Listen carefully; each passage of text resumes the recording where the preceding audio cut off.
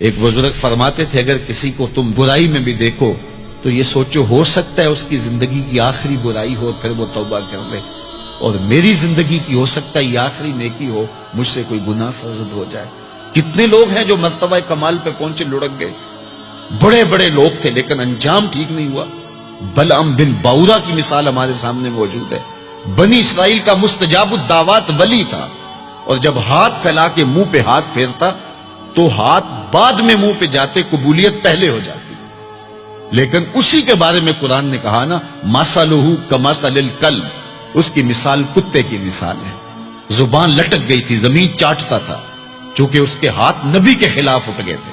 اس نے سمجھا تھا میں مستجاب الدعوات ہو گیا ہوں، اب جو چاہوں جس کے بارے چاہوں بد دعا کر دوں، لیکن بد دعا اپنے حق میں نکل گئی، زبان لٹک گئی۔ اس لیے میاں صاحب بولے، پڑھنے اتے مان کرینا نہ آکھی میں پڑھیا، او جبار کہار صداوے متا روڑ دیوے دودھ کڑیا۔ تو اس لیے ہر وقت ڈرتے رہو۔ ابھی ملیکہ کہتے ہیں میں نے 30 اصحاب رسول سے ملاقات کی ہے، 30 اصحاب رسول سے، تو میں نے ہر شخص کو فکر مند پایا ہے۔ وہ کہتے تھے ہمارا انجام ٹھیک ہو جائے، انجام ٹھیک ہو جائے۔ حضرت سیدنا ابو بکر صدیق رضی اللہ تعالیٰ عنہ، جن کے بارے میں میرے رسول کی زبان سے لفظ نکلے، ابو بکر فی الجنہ، ابو بکر جنتی ہے، لیکن وہ کہتے ہیں ایک چڑیا کو دیکھ کے شاخ پہ بیٹھی ہے، کہا واہ چڑیا کتنی موج ہے تجھے، ایک شاخ سے اڑتی ہے دوسری شاخ پہ بیٹھ جاتی ہے، اور قیامت کے دن تیرا حساب بھی نہیں ہوگا، پھنسے تو ہم ہیں جن کا حساب ہوگا۔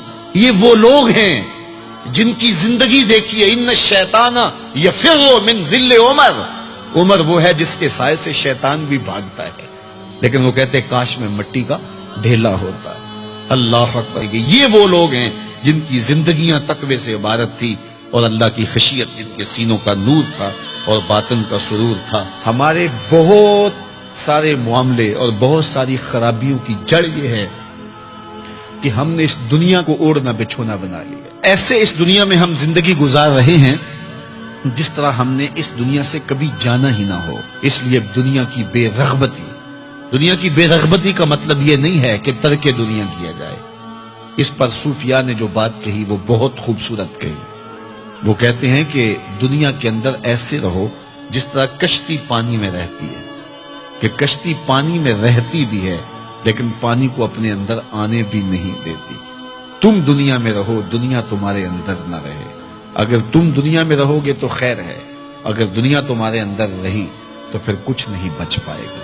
کشتی پانی میں رہے تو خود بھی تیرتی ہے، اوروں کو بھی تراتی ہے، لیکن اگر پانی کشتی میں آ گیا تو کشتی کو لے ڈوبے گا۔ اس کی رحمت کے دروازے کھلے ہیں، آج ہم اس کی چوکھٹ پہ آ جائیں، کل تو آنا ہی آنا ہے۔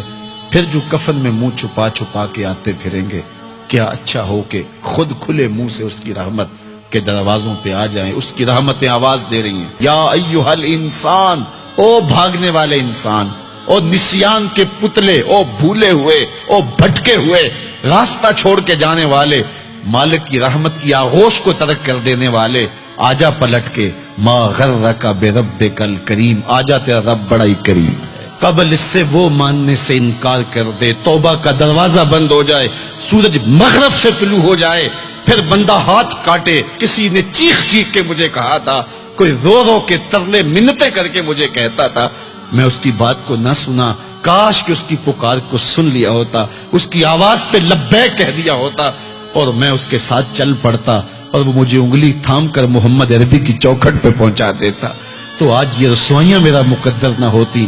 صاحبو آؤ، کتاب رحمت آواز دے رہی ہے، کتاب رحمت تمہاری انگلی تھام رہی ہے اور تمہیں حضور کی چوکھٹ تک پہنچا رہی ہے، اور آمنہ کا لال تجھے اپنے دامن میں لے کے رب سے مغفرت اور بخشش کا پروانہ لے کے دے رہا ہے۔